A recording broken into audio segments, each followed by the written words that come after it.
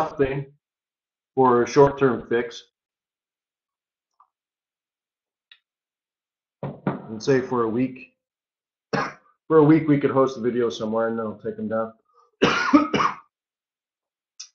Is that enough? Something like that?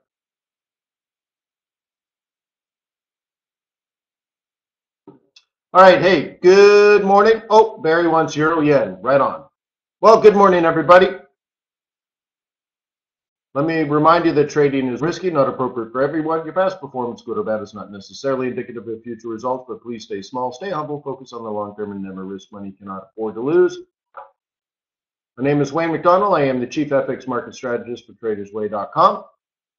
I am here to be your guide. Please be involved, ask questions. We cover the dollar pairs and the yen pairs today. I do these sessions 7:30 in the morning, Monday through Friday at Forex.Today. If you happen to be watching this on YouTube as a recording out in the future, first of all, why don't you swing by Forex.Today and attend live? Or if you're watching the video, subscribe to the Forex.Today channel, because once or twice a week, I surprise live event on YouTube. And if you're a subscriber and you click on the little bell, you'll be notified. You can attend live there. Good morning, Jimmy. J-Dub's in the house.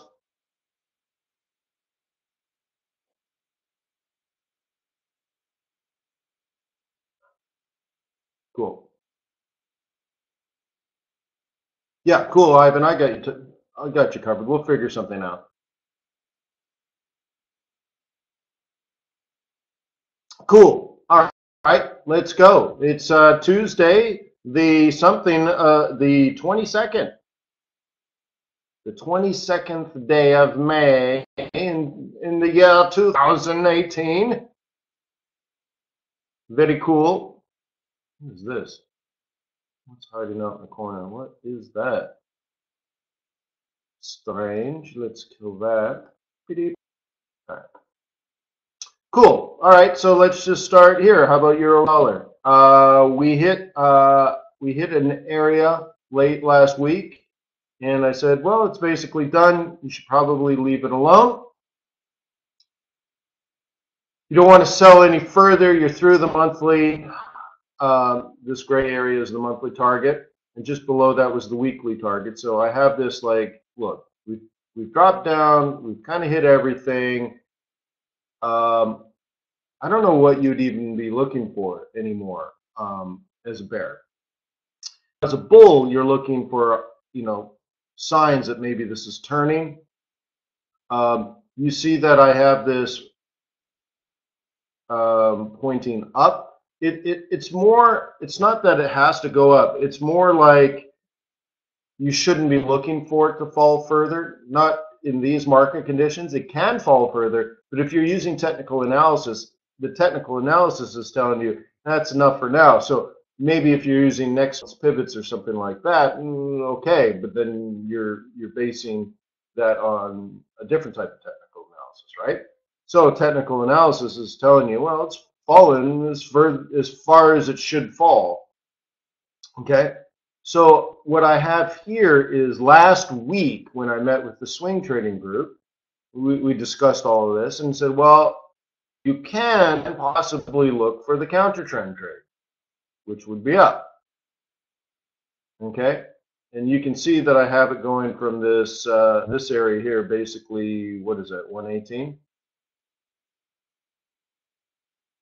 And the idea is that's the weekly swing trade, right?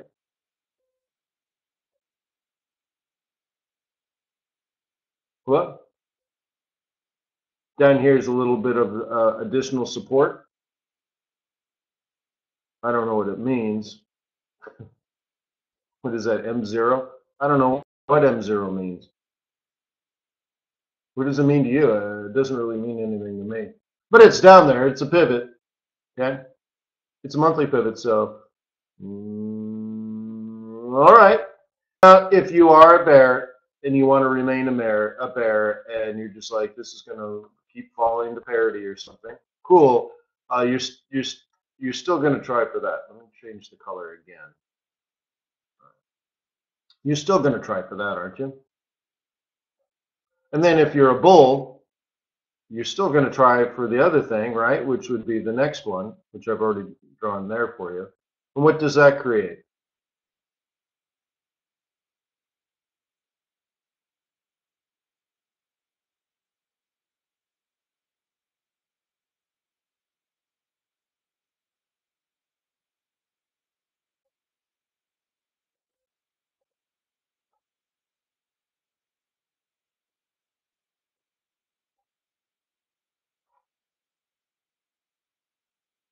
Inverse head and shoulders. Okay. So anyways, if I was a bear, I'd sell here and I would sell here. If I was a bull, it was, well, like I have it, it would be here. Okay. This one you've already missed. Okay.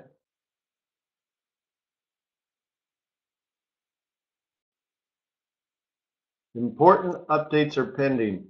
F you, Windows. Ruin my computer on your own time.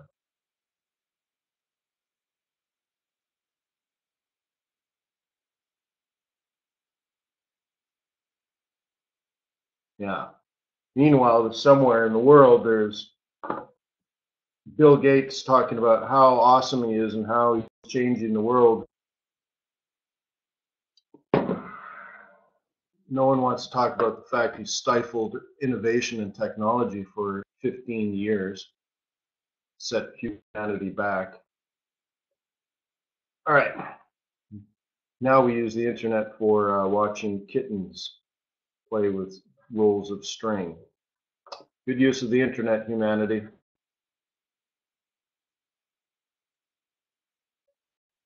Unlimited knowledge and power. Yeah, and we use Facebook. Nice. All right. All right. All right. So what else do we have going on? Should we pay attention to any of this?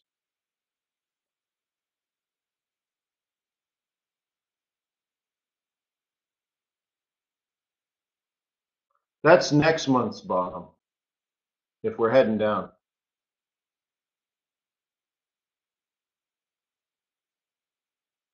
What do you think? $1.15?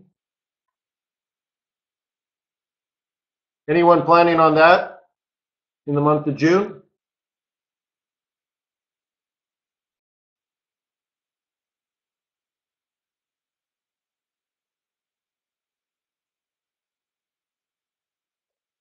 Right? So the pattern you're looking for here now is like this.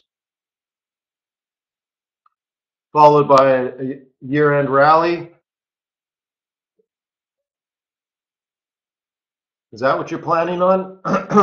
Maybe 2019, this is dollars ripper strong. More likely euros ripper weak.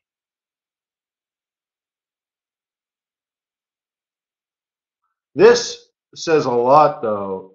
If this is what's happening in 2019, that's some bad news, man.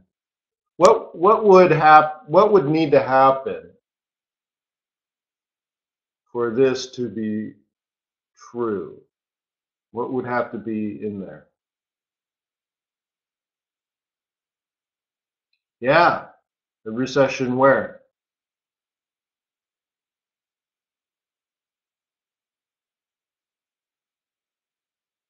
Yeah, basically everywhere.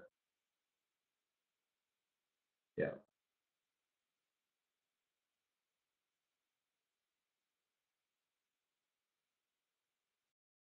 Because what typically happens with a recession in a normal economy, like not Venezuela, but what happens if Europe slows down?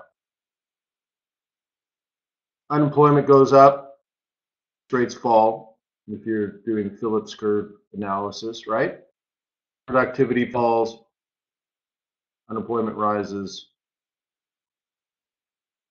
prices fall. So if the rest of the world's doing well, what what happens?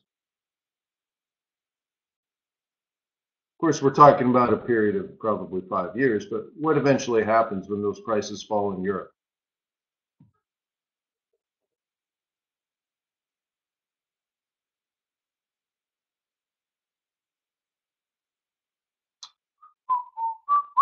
Oh, wait. By the way, if I ask a question and you're listening, but you just simply don't know the answer, please type in a question mark. That tells me a lot of information. It tells me what you know and what you don't know.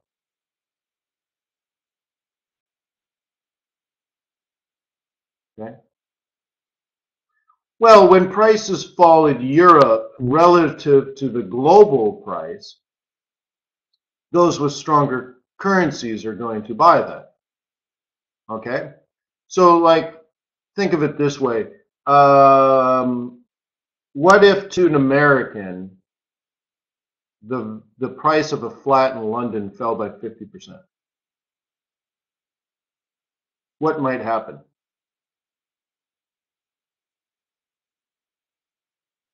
Yeah, Americans might start buying London real estate, and the Chinese and everybody else that has money, right? And then so what happened over the course of time? Then price goes up, right? This is the difference between Y, which is GDP, actual GDP, and Y bar, which is long-term potential GDP. And they tend to go up and down and up and down and up and down in the cycle, right? What you don't want is a situation like Venezuela where productivity drops to near zero, but prices skyrocket to 1,000%. And you're like, but 1,000%, nobody has money. Why is inflation high? Because the people in charge are scumbags.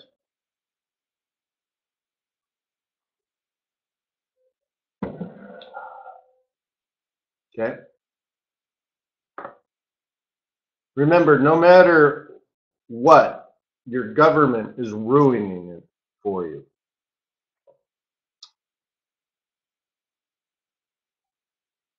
All right. They don't mean to, but they are. All right, so what do we do? We're hanging out at 73. Now, is it true that we've been talking about 73 since we were like down here?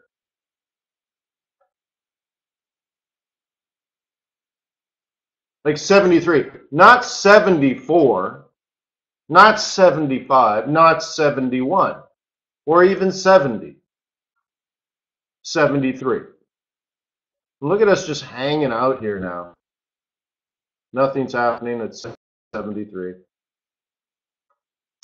You have British oil, though, Brent, at 80, right? And remember, we talked about that maybe forming a potential top? Cool. So we'll see if OPEC can bring that down, huh? Sharpshooter precise. My kids are learning Latin words. Size mean to cut.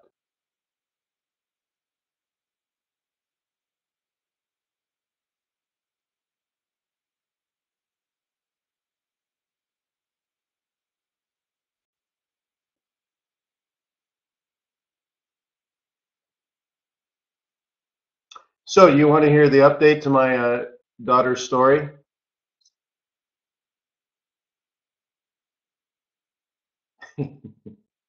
So my daughter goes up to the teacher and says, yeah, I got that low grade.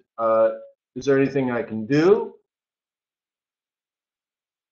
This is important to me. What can I do to increase my grades? Sorry, honey. Grades are already in. Can't do anything.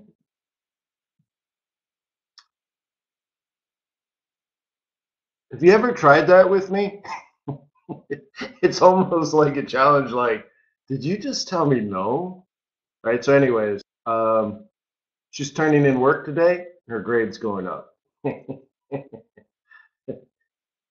And then I'll let the teacher out of my trunk. Yeah.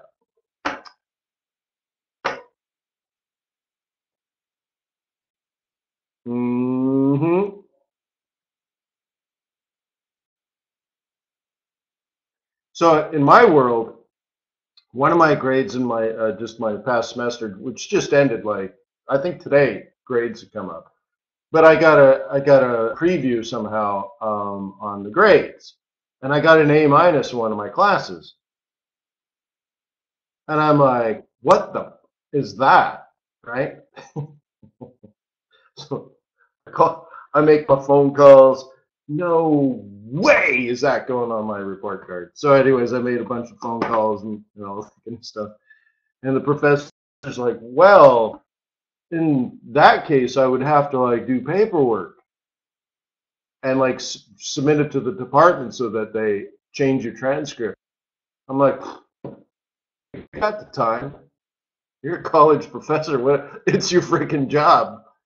Right? Like, don't you get paid to do this crap? Get a TA to do it. Like, why are you bothering me with this nonsense? So, anyways, my grade's going up to a solid A. Yeah.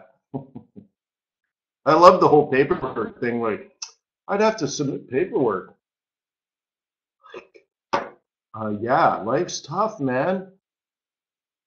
Anyways, oil hanging out at the top, not ready to drop. But have you decided whether you're going to buy it or not?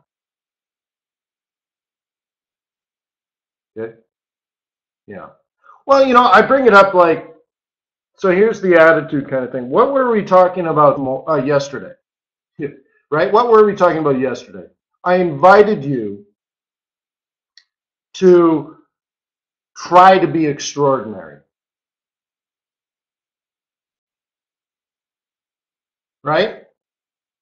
That was a big part of what we talked about yesterday. Like, yeah, okay, technical and fundamental analysis. Yeah, you got it. So what? Right? That you need to strive to be extraordinary. That's the missing ingredient.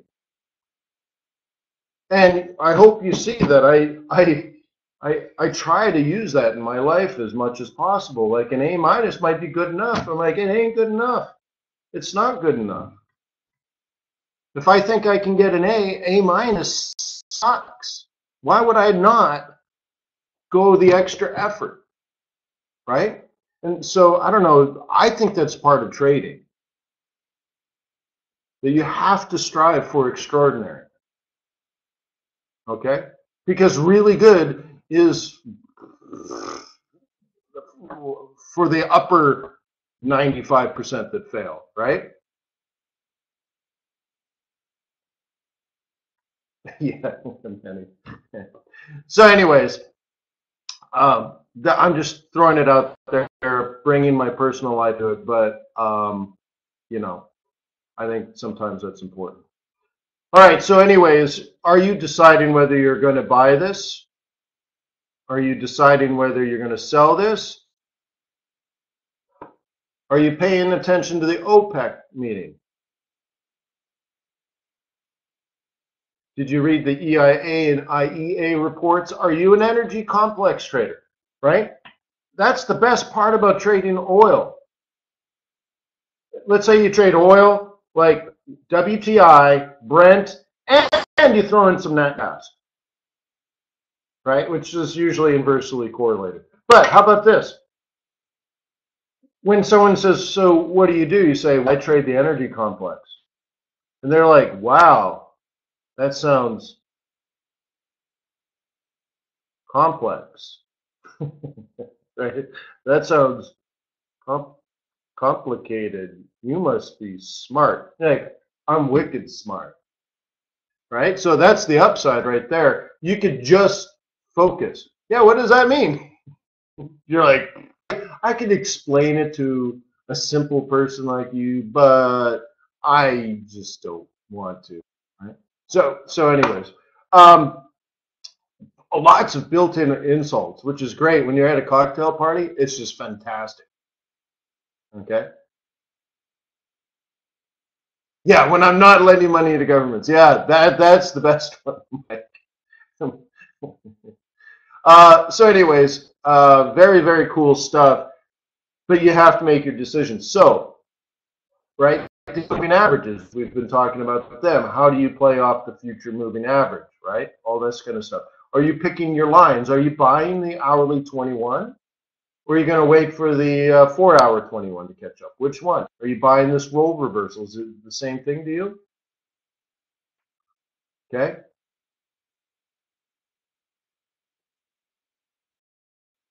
What would push it down? Make these decisions. Or what would turn you from a bull to a bear? That's a 21. Okay. Hassan, make sure you visit TradersWay.com and open a live account so that when I do the day trading workshop, that you can get some of that basic information. Okay. I know you're not a bajillionaire, but right. I don't think it requires a lot to open the account, but it's going to be worth whatever amount of money you put in there. All right, up, down, buy, or, right, and this is part of the thought process, guys, or what will make you a bear? What about something like, what about something like this? Will that be technically important? Right? I'd think about it now. I'm warming up my cigar right now for pondering. As soon as this is over, I got some pondering to do.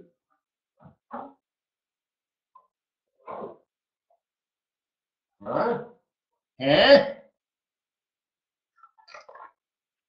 Mm-hmm.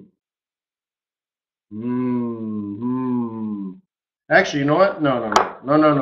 Take that back. No.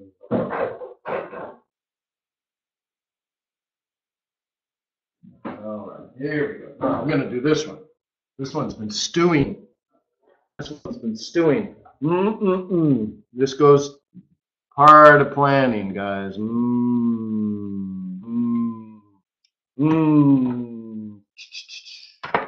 Nice. So I'm preparing to plan. How much time do you actually spend planning? Another hint here. Okay, this is off the charts again. I've explained to you in the past how important it is for you to love trading, and how important it is you should ensure that you've fallen in love with being a trader, and how important it is to make it a lifestyle, that you like what you do, that the work brings satisfaction. Like, can you see that I'm actually excited? I'm going to, after class today, and after the video's uploaded and everything, I'm going outside, got my laptop, I got my cigar, I'm spending hours with my charts, and like, I'm pumped. Right?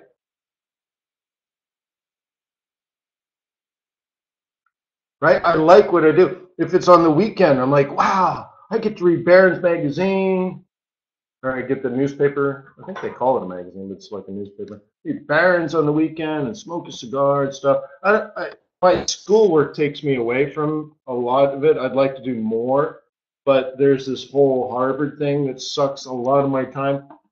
But anyways, imagine that you can't wait to just go through your charts. Okay? I can't wait to read the OPEC report. I can't wait to download the meeting minutes. Which is a lot different from amateur traders, right? Do you think a lot of amateur traders do that? Like they're looking forward to, on the weekend, spending time on their charts and stuff? They're like, this is a big part of what I do and I love it. No. So I have always recommended do things like download the meeting minutes and read them, just simply because 95% of the people will not do it, and those are the losers, and you're doing whatever it takes to be extraordinary and being the top 5 that keep all the profits, right? And so you're like, well, I know they don't do that, so if I do that, I have a real chance. Okay? In my last home, we redid the basement before I sold the place. And I put in a big, beautiful office, coffered ceilings and everything. And over the French doors into my office, I almost had someone carve in Latin, "Let the work will set you free."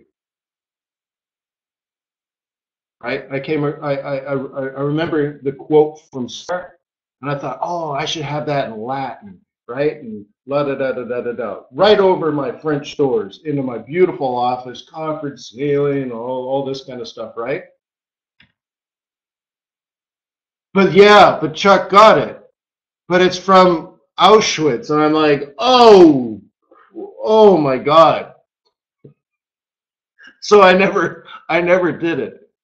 Yeah, yeah, but my attitude back then, where it was sort of the art of war. Do you guys remember the quote that I put in the beginning of the art of war?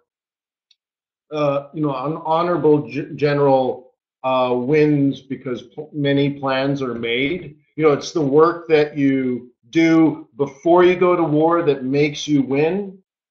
Going to war is trading. So if many plans are made, then you're likely to win, right?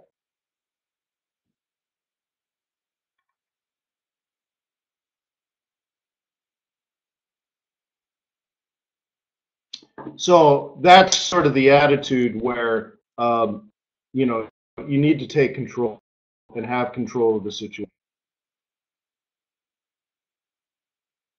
Oh, hey, yeah. All right. So anyways, that's that. Go through the if statement. I don't know if oil is going to go up or going to go down, but why would it go down? You'd have to ask yourself that. We're going to need some more supply or fall in demand. Um, so you need to ask yourself, is any of that going to happen? Well, an OPEC meeting would really help, right? But is OPEC going to come in and talk this down?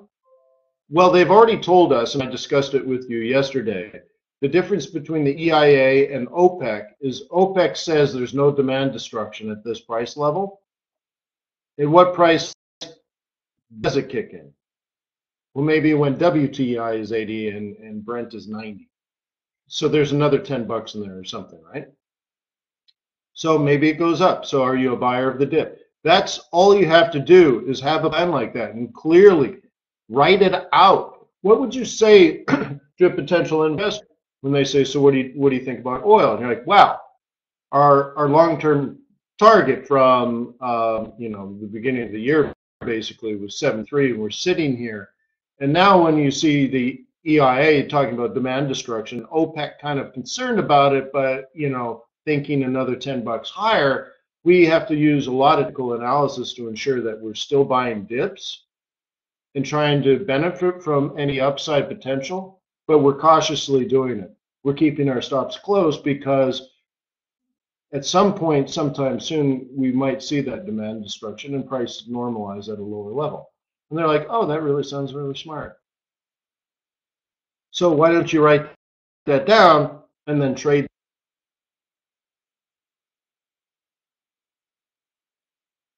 Okay. So anyways, oil is up. We've hit our target. What do you want me to tell you now?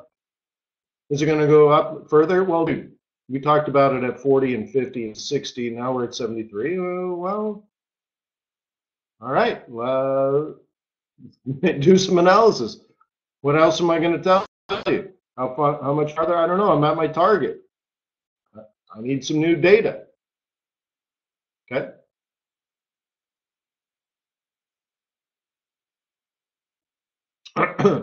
All right. What do you want to do here?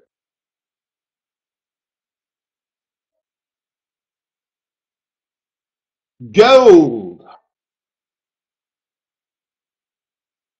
You see this? Oh yeah. Sorry, Barry. We'll do that next. How about that?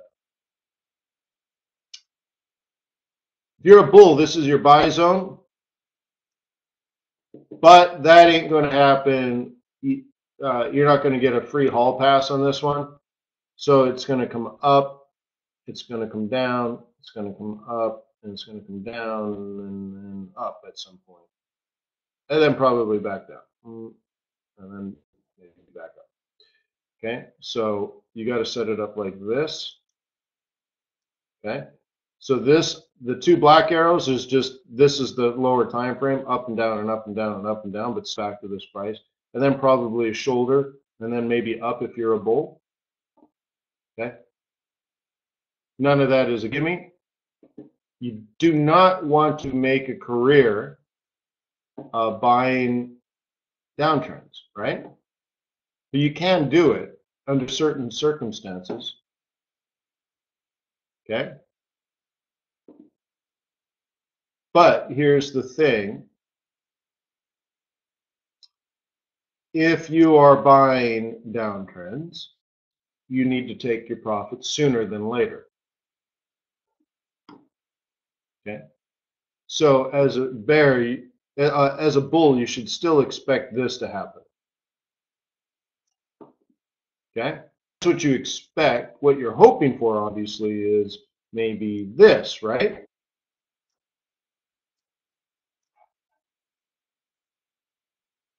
So how do you incorporate that into trade planning? Well, if you were, right, if you were buying this pivot, this is a buying pivot, then you expect it to come up here and you should book your profit. And then maybe next week, if it drops back and gives you another opportunity, you're going to buy a dip potentially at a roll reversal and have it break out, or let the next leg happen, print your higher high, and then fib this to this, right? And you might end up buying it back. Okay? Does that make sense?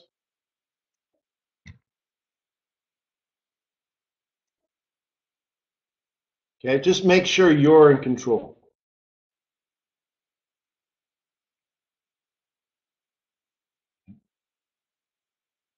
So what's going on here?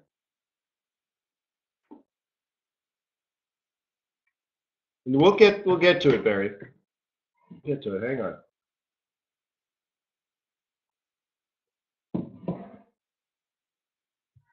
What's important here?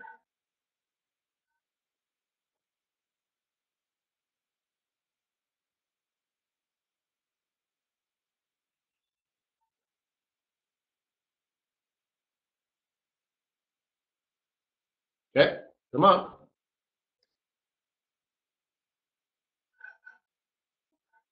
The most important thing here is we do not expect pound dollar to fall any further. Okay, this is the projected low. That's the conservative target. Now there's a more aggressive bearish target, you know, I don't know, 100 pips below that.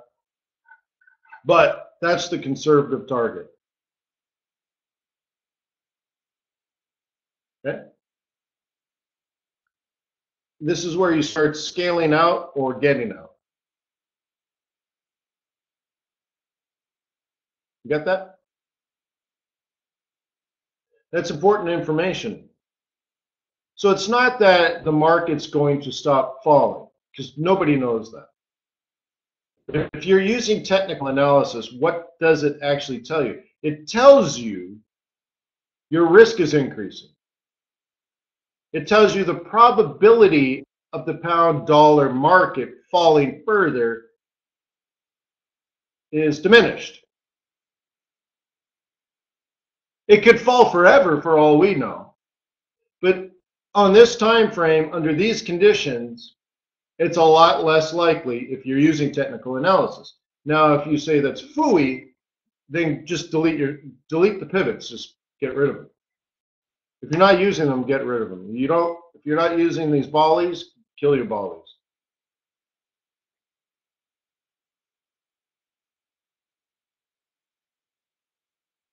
Okay.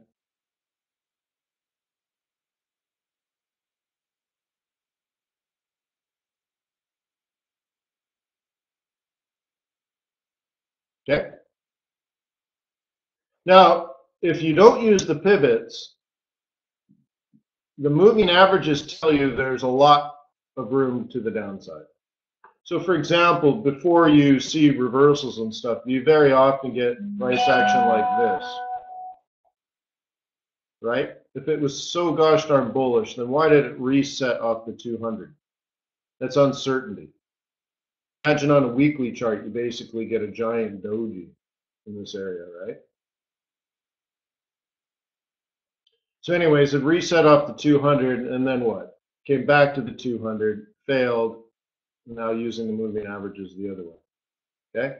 Which means it's got to at least kick off the 200 before reversing again, right?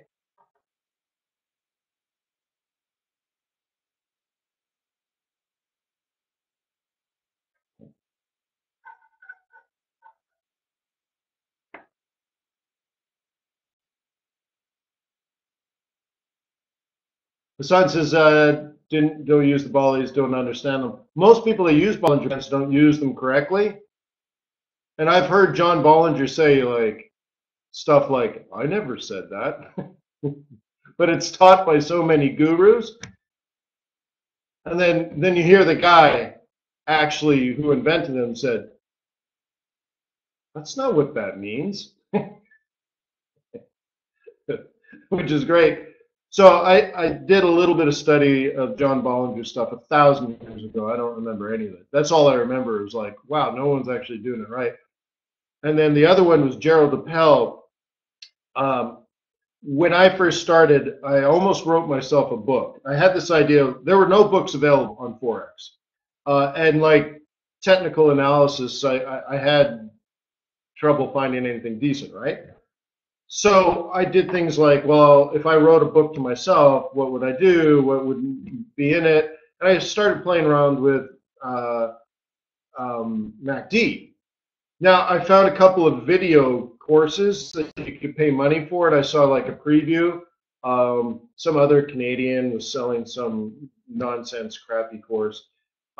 Anyways, they would come out and say the MACD. The MACD, the MACD. I'm like, are you talking about the MACD? Like they don't even know the name of it. So anyway, then I really had to do some deep dive research, and I found from like, I don't know, 1983, an audio course and like a printout kind of manual that someone got from a course on the MACD. Taught by Gerald Appel, the inventor of MACD. I'm like, oh, well, he can teach me how to use the MACD. And that's where I learned the inventor of Bollinger Bands, or which you can still go meet John Bollinger. He's at every other trade show because his name is John Bollinger. And then Gerald Appel, but anyways, yeah.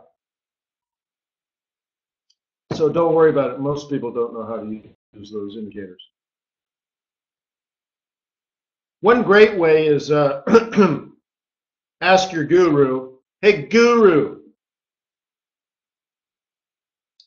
what is the math behind the MACD? Like, what is it actually displaying? Buy and sell signals. No.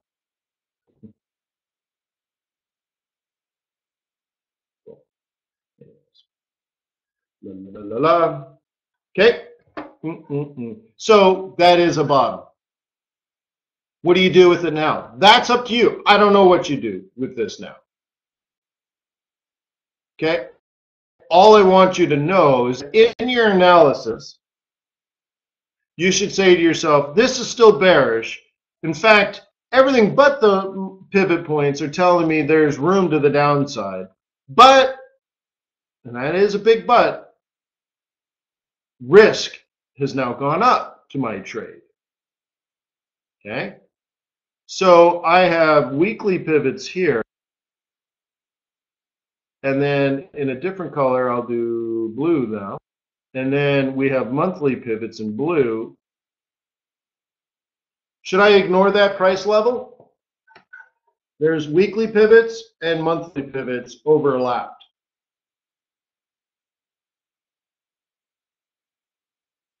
Okay. By the way, on the first day of the month, we talked about this, and I said use the 21 EMA to trade down to this price level.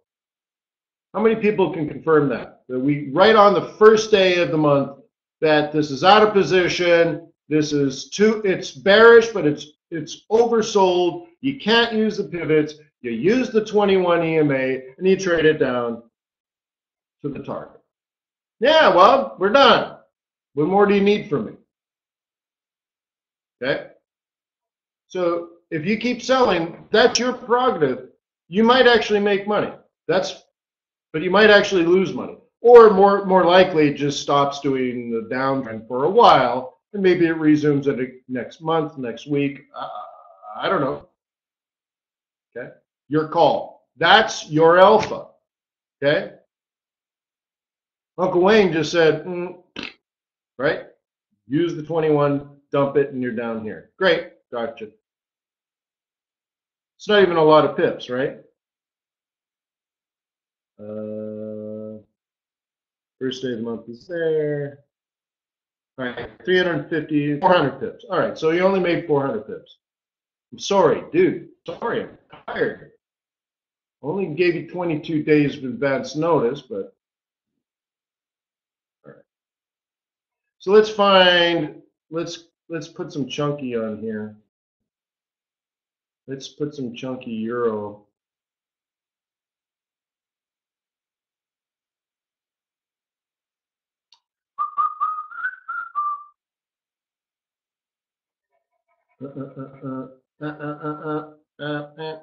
Okay.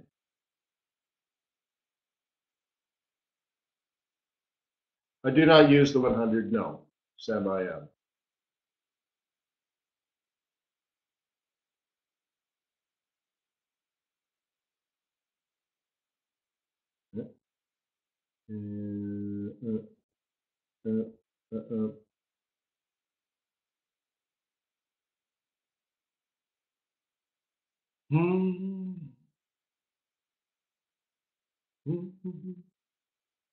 Foster, beautiful momentum.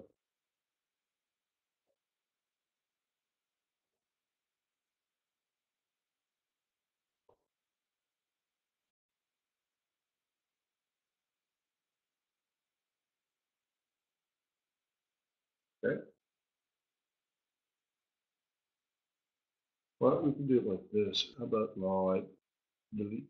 How about?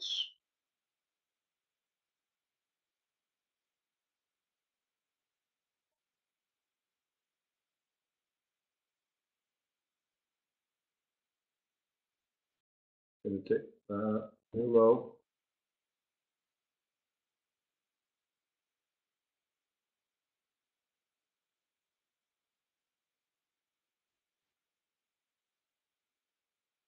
Okay. So someone sold it at the WR. Hopefully this doesn't go to the WS. But we're caught inside the fork. I would rather it be on the upper side, so you need to be cautiously bullish in here.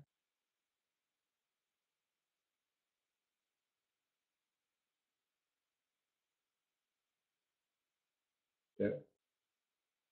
Yeah, so short at 31. So if you traded it like this, yeah, pretty decent. The pivot is in there, right?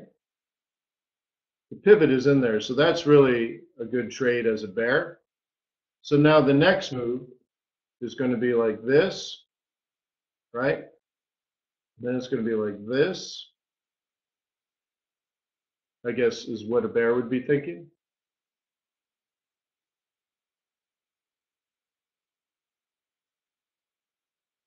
Okay.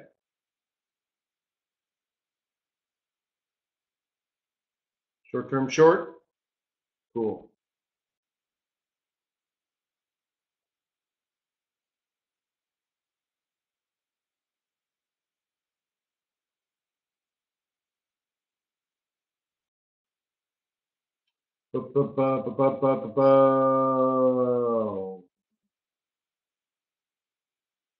Okay.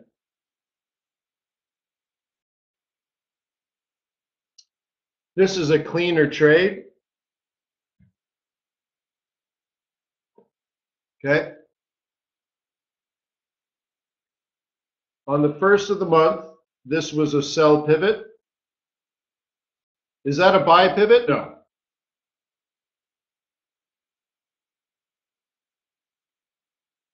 Is there a buying opportunity on this chart on the left-hand side? No. What about that whole out of position stuff, Wayne? No, we'd have to be higher than that. So no, it's not a buy at all. Okay, it's a sell. Now, if you sold right there, okay, what would the target be?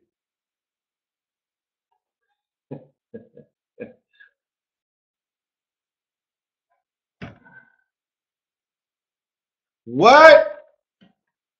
That's crazy. Holy smokes.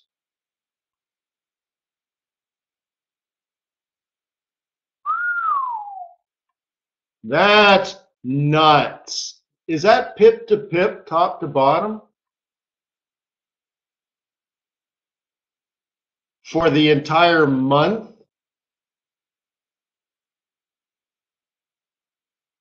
What does that mean, Basil? How could our algorithm predict the top and the bottom of a market to like 1,000th percentile, right? Pip to pip over the course of like dozens of trading days. I mean, 4 or 5 weeks worth of trading. How could it be that accurate? It's ridiculous. Okay. So a bear can keep selling this, obviously. And an aggressive bear is going to say, well, M1, yeah, I should probably cut my lot size in half. So let's say you take profit on half, and you keep selling this down to the next level of support, which you may identify as, you're going to look at this and say, well, this is my monthly target. This is a weekly target. So somewhere in that whole area, there's going to be a bounce. So maybe you sell this into this area and take profit on your second half, and then you're done. Or it does this, and you're done that one. Or what I call the law of averages, you just take your profit there and you're done for the rest of the month. See you in June, boys! I'm going to Disney World!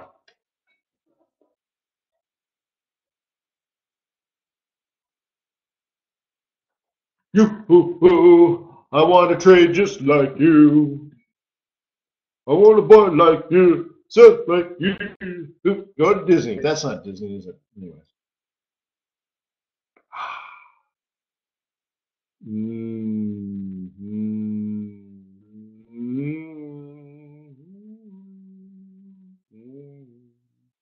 Got some planning.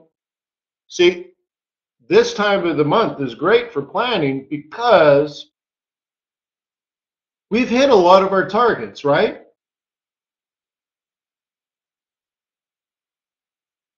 So like oil's at 73. Where's it going to go now, Wayne? I don't know. Right? I'm sorry. I don't know. We bought it $25 ago. I don't know. I need to do some new analysis, get some new information. I'm kind of prepping for summer. So I got to do some research. This is my research assistant, right? Come on, Monty, let's do some research.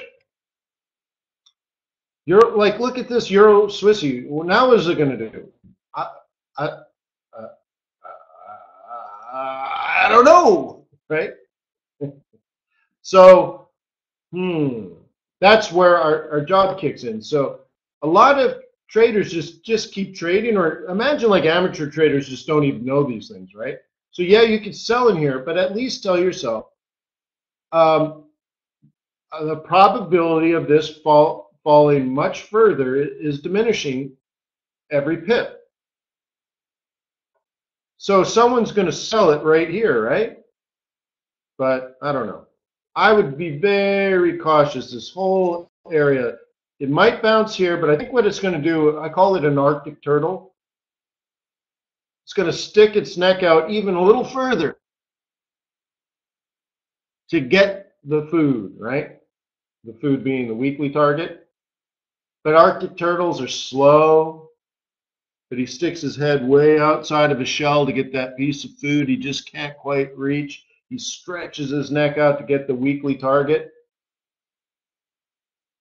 And what happens to an Arctic turtle when it stretches its neck too far outside its shell? Gets chopped off. And off she goes. And you have her little snapback.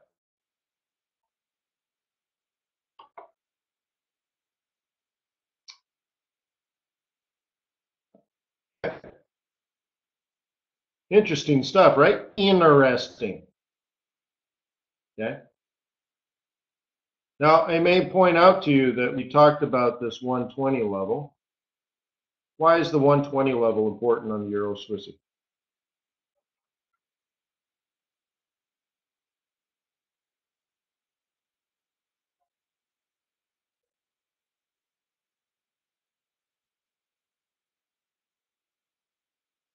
Oh, look at the gap. Thank you for all the question marks, guys. Wow, Michael's been around with no fly zone. OMG. That goes way back, Michael. That's like, does that go back to like Clinton? Yeah, so do you. That goes, were you trading with me during the Clinton administration, Michael? Yeah, maybe. How funny. Well, let's see. Yeah. Let's see. First of all, does anyone remember that? Like, that's pretty clear, right? Is this me drawing a trade plan? Like we're buying it at 106, going for 120? Is that 1,400 pips? You notice how it stopped rising? And check this out. Didn't we just talk about this on a different pair, on a different time frame? Oh my God, right? What happens here? Euro might be going down in a blaze of glory, huh? Holy schnickerschnocker, that's interesting.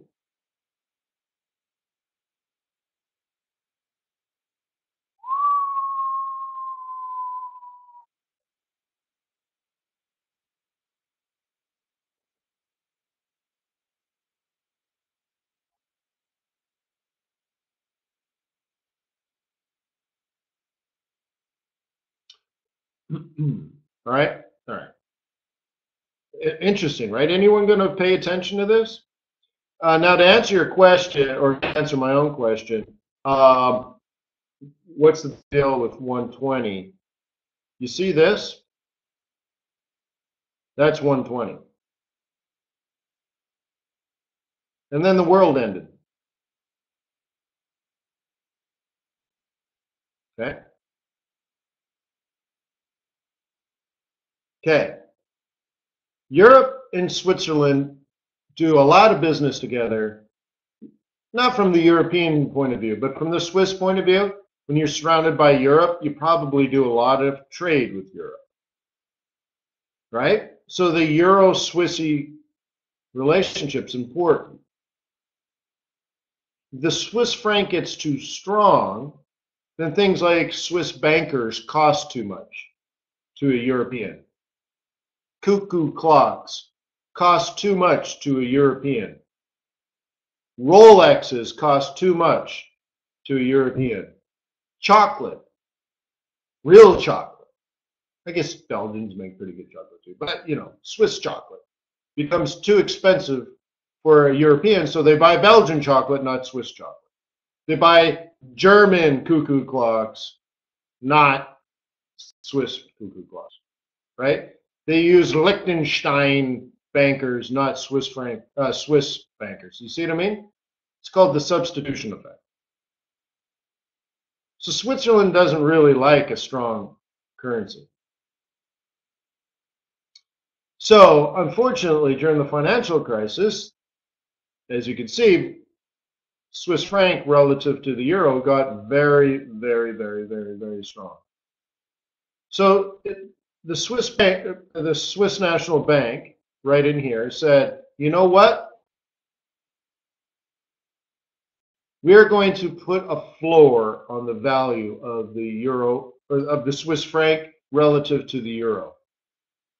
We will do whatever it takes for as long as it takes, regardless of how much money it will cost. We will buy euro, buy euro, buy euro, buy euro, buy euro, buy euro, buy euro, hundreds of millions to billions of euros. We will keep buying euros for absolutely forever to maintain a minimum floor of 1.20.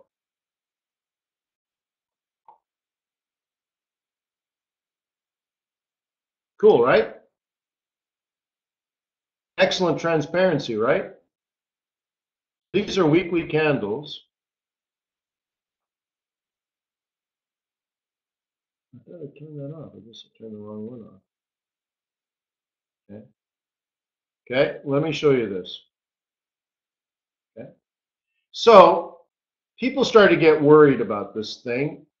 And since you know, right? Since you know what the intention of the Swiss National Bank is to buy euros at this price, a lot of people started buying euros at this price because they knew the Swiss National Bank was coming in. But then it stopped kind of rising. You didn't get the appreciation. But look at this, guys. I mean, it's rising 600 pips, right? 500 pips. It's not bad, right? But then it came down, down, down, down, down. And then people would buy it and it would go up 200 pips and then it came back down. And people started getting worried because Switzerland had to really do whatever it takes to keep buying these euros. But then people obviously started trading against them as well, right? Because you know exactly what they're going to do. So right in here, people start to get very nervous. These are weekly candles. You see this little doji? On that day, or that week, right? On that week, was it Jordan or someone else? I think it was someone else, but one of the key people at the Swiss National Bank, they came out and said, maintaining the floor at 120 is still the central theme of our central banking policy. Now, what do you think would have happened if you said, well, it's becoming very expensive and we're double kind of checking our math to make sure it's worth it? What if he had just hesitated a little bit? What do you think would have happened? Well, it's not necessarily a sell-off. It would be people that were only buying it because the Swiss National Bank told them they were going to maintain the floor. Put it this way, the central bank of the country said, Euro Swissy cannot fall further. We won't let it. Can you lose money by buying it at that price where the central bank in control of the value of the currency said, we're not going to let it fall further? Now you have a floor, right? You're like, it can't be worth less. The National Bank will do whatever it takes. They'll just print money and buy euro with it. You see what I mean? They'll just print the money. Who cares? It's free. How many Swiss francs do you need for the euro? Boom, you buy some more euro, right? So they're like, boom, they're telling you. So if you said, well, we're not really liking the results of all this money that we're spending. So a lot of these people that were buyers at this price simply because of that policy, they would stop buying, right? They would get out, wouldn't they? So yeah, there'd be a fall. But it would be probably short-lived because it's bulls just simply getting out. And it probably wouldn't be all at once and all that kind of stuff, right? So anyways, the Swiss National Bank said, yeah, everything's cool, man. Everything's cool. This is still the main primary focus of our policy. And then they lied. They totally lied. They effing lied. Like, I think it was a Tuesday. They killed it. They told you on Friday, don't get out. Then one day, Drew Niv, CEO and founder of FXCM, he's walking to work. He's down on Water Street in downtown Manhattan. He's like, look at me.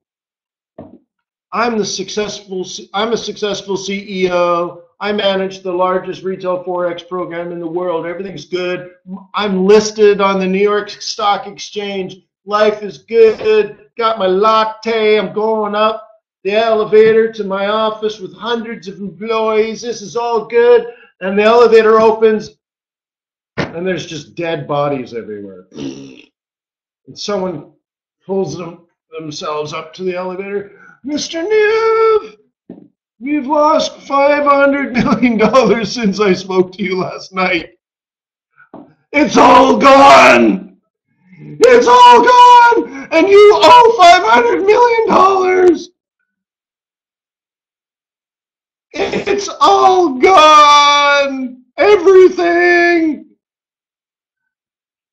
Not only is it all gone, you are negative 500 million, and you have 24 hours to get it, or this company is gone.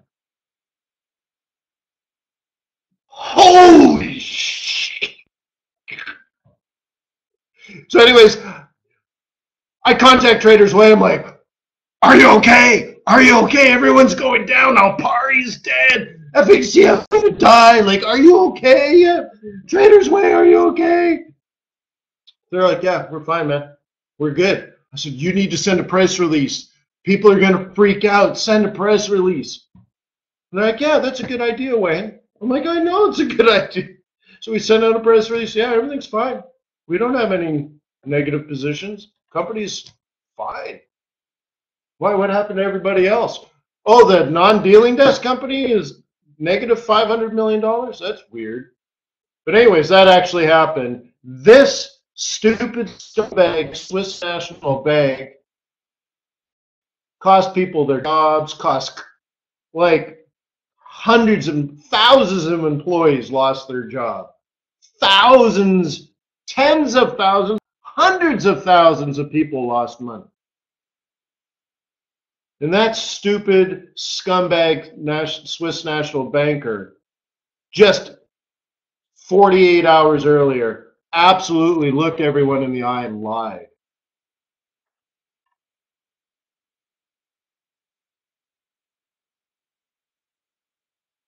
Okay. Amazing stuff, right? So, yeah, you don't know the 120 level? Yeah. Well, let me tell you, there are a few professionals that have been around 10 or 15 or 20 years that know this 120 level. So when I draw a line for you guys, I drew it in February, and I'm like, yeah, you know what? Under these conditions, maybe it rises 1,400 pips to get back to the 120 level. Maybe there's some logic behind it. That's cool, right? Oh, I'm supposed to do it for you? Well, no. But that's cool, right?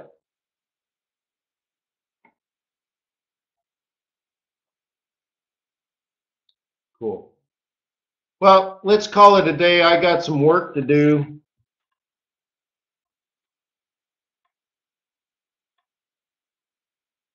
Yeah, Jimmy sold at 120. Yeah, it could be interesting. I don't know what it means, but it could be interesting, right?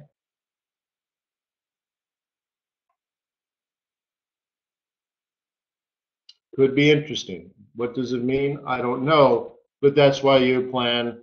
That's why you have stop losses and and limit orders and all that kind of stuff. Check it out. Look at Pig Dog crashing. Look at Kiwi, right? Pissy, Pound Swissy crashing. Kiwi Swissy crashing. Aussie Swissy crashing. Gee, I wonder if it has anything to do with Euro 120. What do you think?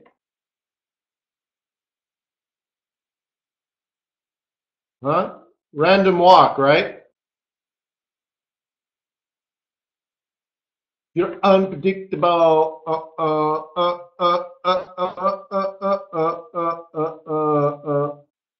So anyways, thank you guys for your time. Thank you for being on my team. Thank you for making Forex exciting and interesting. It'd be very lonely without you. Trust me, I've tried it. I tried it 15 years ago and it sucked. Trading alone sucks. So thank you for keeping me on my toes. I try to be good. I try to be gooder every day. I throw myself at learning. I'm constantly reading. Okay. So in the next few weeks, I don't have school. So instead of having a vacation, I'm going to do some reading. I'm going to do some special training events for you guys at TradersWay. I'm going to update some of the video training courses at FX Bootcamp. So I'm going to add some to, I believe, the fundamentals. I'm going to throw myself in, probably do 2 or 3 more fundamental videos, so on and so forth. So I'll add to that. So in my free time, I am going to do more stuff for you and for me, because it's, like I said, it keeps me sharp. So I understand what GDP is. I'm going to have to just explain it to you over a course of 3 hours of what GDP is and why it's important to a foreign exchange trader and how to trade it. Sounds like fun. Cool. The most important of that is I have to say to myself, well, what does it mean? Why is it important to a trader, and why and how is it that I trade that information? So yeah, let's go over there, Mike. Yeah, and the portfolio group, I want to continue to expand it. I want to continue to invest. You know, the bulk of it's supposed to be portfolio managers trading. Just you're supposed to trade. That's the primary focus. It's not me hand-holding, but I think we can grow it in a very interesting way. And I'm thinking not like a typical trading group or like what I used to do a million years ago, what other people do now, but I'm thinking like it should be more like a fund where we meet as a group when we talk about things, not just, right? But we need people, and I need to put some thought into that. And let's put it this way, that's why it's a long-term program, right? So I think what I'm going to do is I'm going to allow people that are not quite ready for prime time, but want to go that prime time route, that are deadly serious, but are probably still trading smaller accounts or demo accounts or stuff, but really truly want to put in a 3-year effort on a focus. That's the kind of person that I'm looking for. And then when you're ready to fund a live trading account, then we'll bump it. I bumped up an account yesterday from 5,000 to 25,000, just yesterday. Okay. So let me know about, like, if you're a fence sitter, tire kicker, but you want to get in. I do want people involved, because the more people involved, the more portfolio managers I have. Like, not millions, but I want a good view of various currency pairs. Because what I'd like to do is get together as a group and discuss macroeconomics. And what do you guys think? What is this going to do? How about some ideas? Throw out some ideas. Where do you see some trades? How about have the Euro bull give a presentation one day on why you should be bullish Euro, and then the next week have a bear come out, the Euro bear come out and do a presentation why you should be a Euro bear. Remember, this is how the market works. You're going to have bulls and bears, and both are going to be right to some degree. And I think it'd be very interesting. But it's not about me teaching you how to trade. You should know how to trade. You should be close to profitable at least, ready to go prime time. Okay? So anyways, let's go, right? That's cool. So if you are a portfolio manager, I'm heading over there now. And thank you to everyone else. I'll upload the video, and then I guess I'm going to have to take my laptop outside and enjoy my cigar with the portfolio managers outside if they don't mind. It just looks like it might rain on me. So anyways, peace on earth. May the pips be with me, or profits be above average. I hope you see that I'm trying all different kinds of things and means to making you a better trader, right? And if you believe that, I hope you visit TradersWay.com and open up an account. Even if it's a demo account, it's a start, all right? So I'll see you guys tomorrow. Cheers.